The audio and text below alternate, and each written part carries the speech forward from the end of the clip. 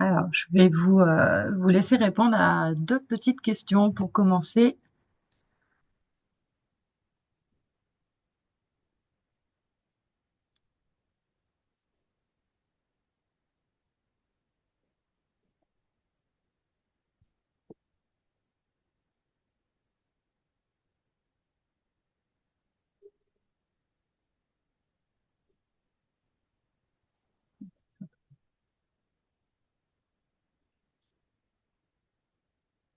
Bon, super. On a 7 personnes du coup sur 39, 40. Allez, il nous manque encore Ouais. huit personnes pour répondre.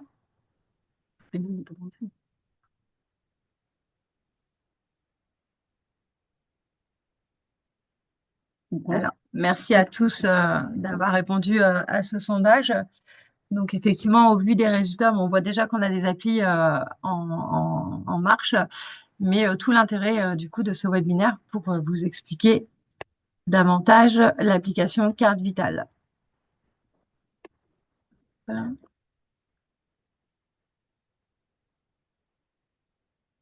Hop, donc là, On va pouvoir se remettre sur le PowerPoint et débuter la présentation. désolé, petit problème technique, le partage.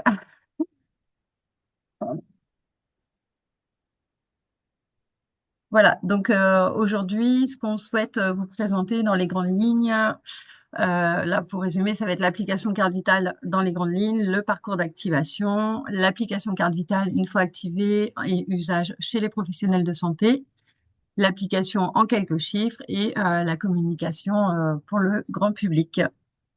Donc je laisse la main à Kelly. Alors, dans un premier temps, nous allons vous expliquer l'application Carte Vitale, c'est quoi? C'est tout simplement la version dématérialisée du coup de la carte vitale qui se trouve sur le smartphone de chaque assuré. La carte vitale physique, par contre, attention, elle continue bien d'exister. Pour l'instant, on n'a pas de deadline. Dans 10 ans, à mon avis, on parlera encore de la carte vitale physique.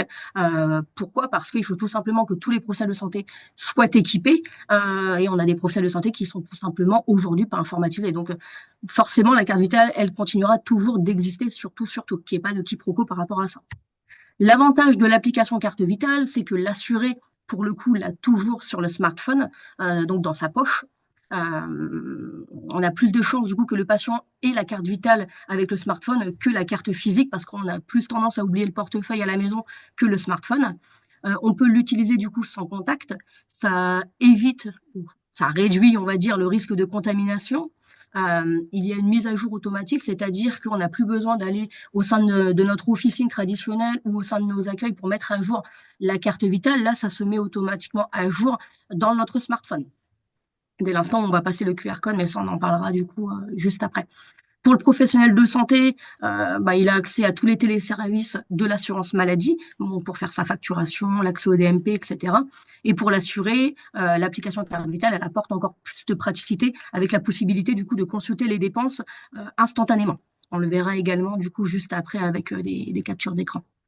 Au niveau de la sécurité, l'application carte vitale, on est d'accord, elle dispose du même niveau de sécurité que la carte physique. Elle est développée de manière à garantir l'intégrité, la disponibilité et la confidentialité des données. Les données auxquelles l'application carte vitale donne accès sont sécurisées de deux manières. Alors, avec le parcours du coup d'activation sécurisé, c'est validé humainement ou via France Identité. Donc, on a un haut niveau quand même de sécurité. Et on a également du coup l'utilisation d'un code secret personnel à chaque fois que l'on va avoir accès à notre application carte vitale. Alors là, c'est un petit planning pour voir, pour vous montrer à partir de quand finalement cette application elle a été lancée chez nous. Donc on peut voir que depuis mars, on a une ouverture, donc mars 2025, on a une ouverture France entière du parcours France Identité. Et ensuite, on a progressivement du coup le parcours vidéo qui est arrivé. Alors nous, du coup, pour être transparent, on a été sur la vague numéro 3, donc le parcours vidéo. Donc c'est-à-dire que tous les assurés de notre département peuvent avoir l'application carte vitale. On n'a plus ce problème de d'ancienne carte d'identité, nouvelle carte d'identité. Bref, enfin, depuis le 18 novembre, du coup, tous les assurés de notre département peuvent l'avoir au sein de leur smartphone. Je laisse la main à Ingrid.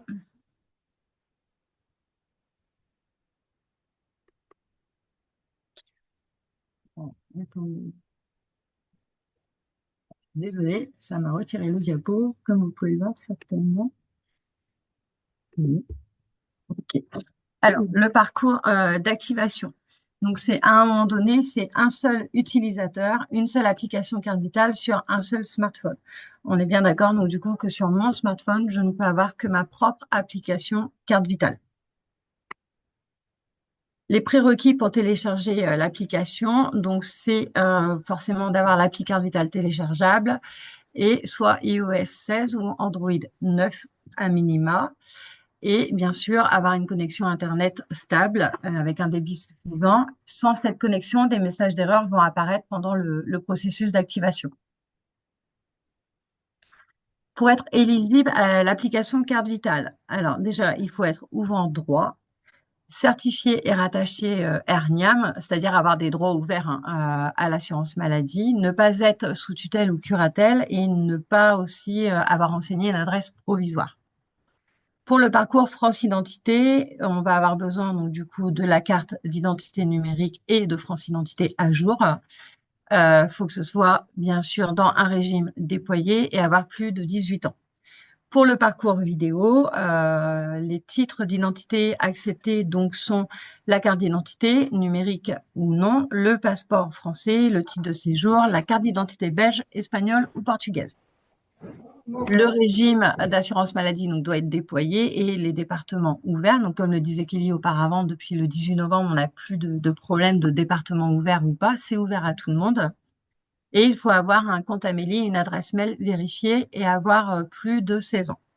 Alors, pour la petite anecdote, pour le parcours vidéo, pour ceux qui n'ont pas encore l'application Carte Vitale, sachez qu'on va, à un moment donné, il va y avoir une photo qui va être prise.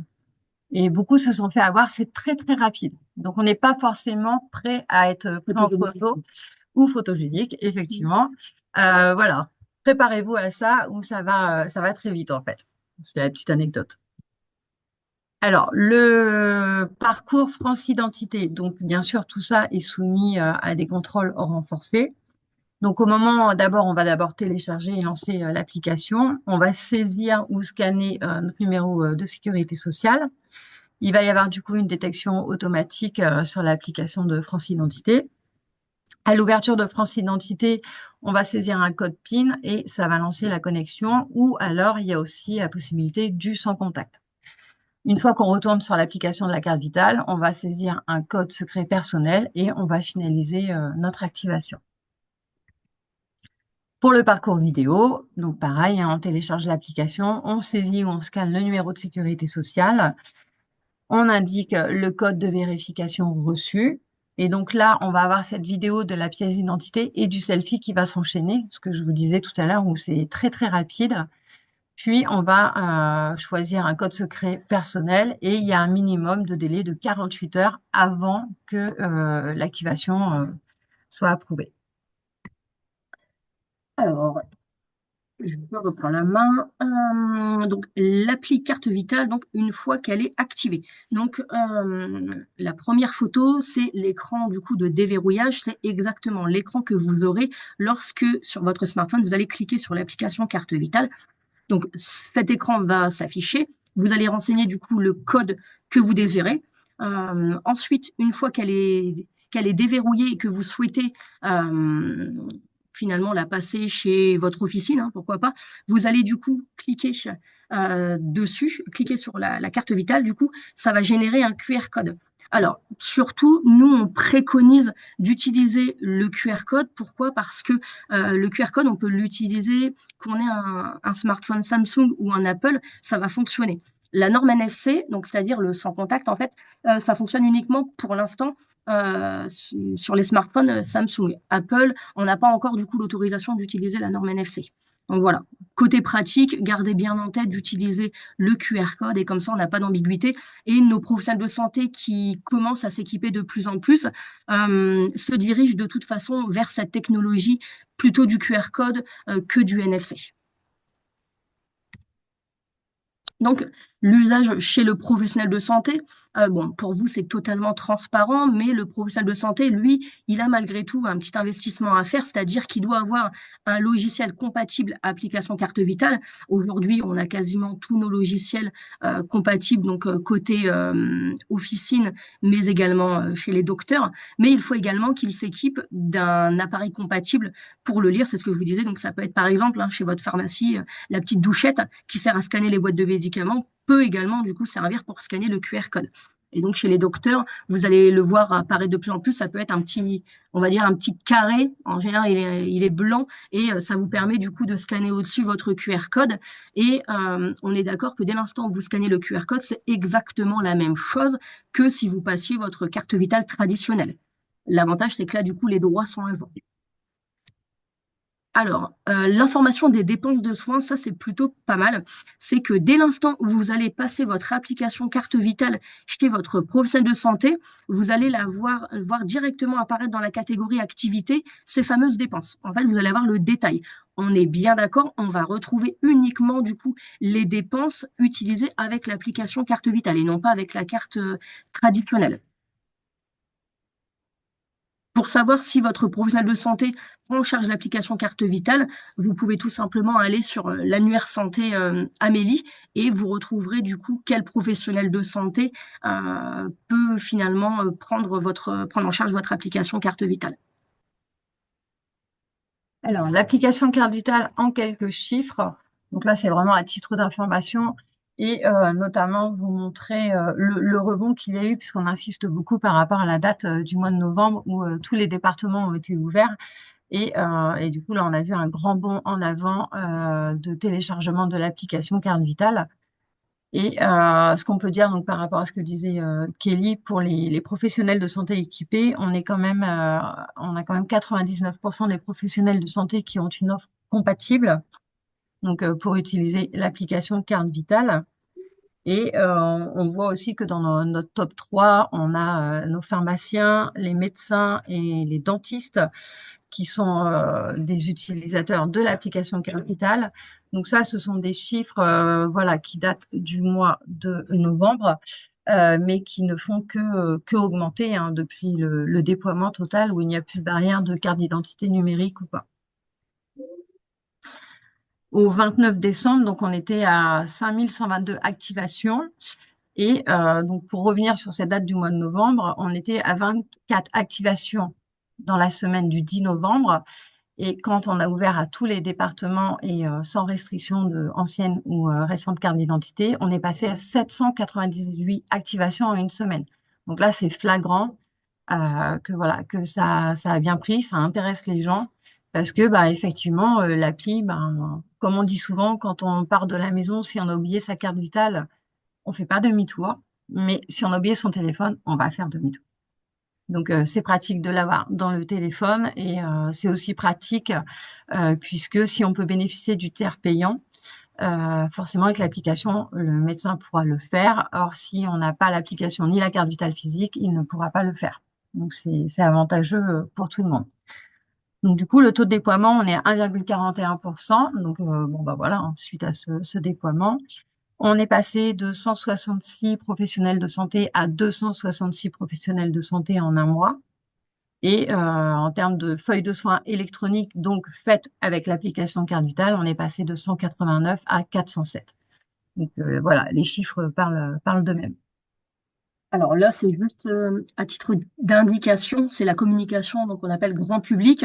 Simplement, les professionnels de santé, du coup, qui vont utiliser l'application Carte Vitale, vont avoir en fait cette signalétique au sein de leur cabinet. Après, voilà, soit le professionnel de santé décide de l'afficher ou pas, mais il faut pas se fier forcément, hein. On arrive chez notre docteur, on voit l'affiche, c'est bon, il prend mon application Carte Vitale, ou il n'y a pas l'affiche, il la prend pas. Non, ça ne veut pas dire grand-chose quand même, parce que finalement, votre docteur peut ne pas avoir envie de mettre l'affiche et finalement prendre quand même votre application carte vitale. Alors là, ici, en fait, on a recensé les questions les plus fréquentes. euh, mais après, voilà, on a du temps pour répondre à vos différentes questions. Donc là, l'idée, c'est de se dire, est-ce que j'ai besoin d'un compte Amélie pour créer mon application Carte Vitale? Donc avec le parcours vidéo, oui, le compte Amélie doit être ouvert avec une adresse mail validée, donc ce qu'on a vu auparavant dans le diapo. Un code provisoire donc est envoyé durant l'activation sur cette boîte mail validée. Et le critère de sécurité, bien sûr, s'assurer que la démarche est effectuée par la bonne personne. Lors de l'activation, mes informations d'état civil issues de ma pièce d'identité ne correspondent pas à celles connues par mon organisme d'assurance maladie. Que faire? Bon, là, c'est assez simple. Il faut venir nous voir, nous contacter pour qu'on puisse voir un petit peu quel est le problème bloquant. Que faire en cas d'oubli du mot de passe de déverrouillage de mon application Carte Vitale?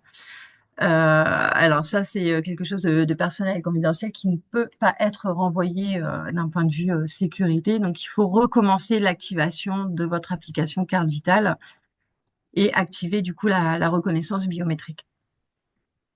C'est une piste. Pourquoi toutes mes dépenses de soins ne sont pas présentes dans l'onglet Activité? Alors pourquoi? Parce que comme le disait Kelly, donc justement auparavant, déjà dans un premier temps, ne vont être affichées que les dépenses de soins faites avec l'application Carte Vitale. Si demain vous allez chez le médecin mais vous donnez votre carte Vitale, cette dépense-là ne sera pas affichée dans l'onglet Activité de votre application. Également, une nouvelle dépense de soins non consultée dans les 7 jours ne sera pas affichée. Comment mettre à jour mes données dans mon application Carte Vitale? Alors, vos données donc sont mises à jour automatiquement à l'ouverture de l'application si le smartphone est connecté à Internet, bien sûr. Et chez le professionnel de santé, vos informations et vos droits sont récupérés en temps réel depuis les serveurs de l'assurance maladie. Que faire en cas de perte ou vol donc, de mon smartphone? Alors, si jamais c'est une perte ou un vol, peu importe, vous rachetez un smartphone dans la foulée et vous réactivez l'application, du coup, ça va fermer la précédente sur l'ancien smartphone. Et si il n'y a pas de réactivation immédiate, là, il faut prévenir l'assurance maladie pour que nous, on supprime votre application Carte Vitale sur l'ancien smartphone. Voilà pour nous. Vous avez des Euh, questions? alors, si, voilà.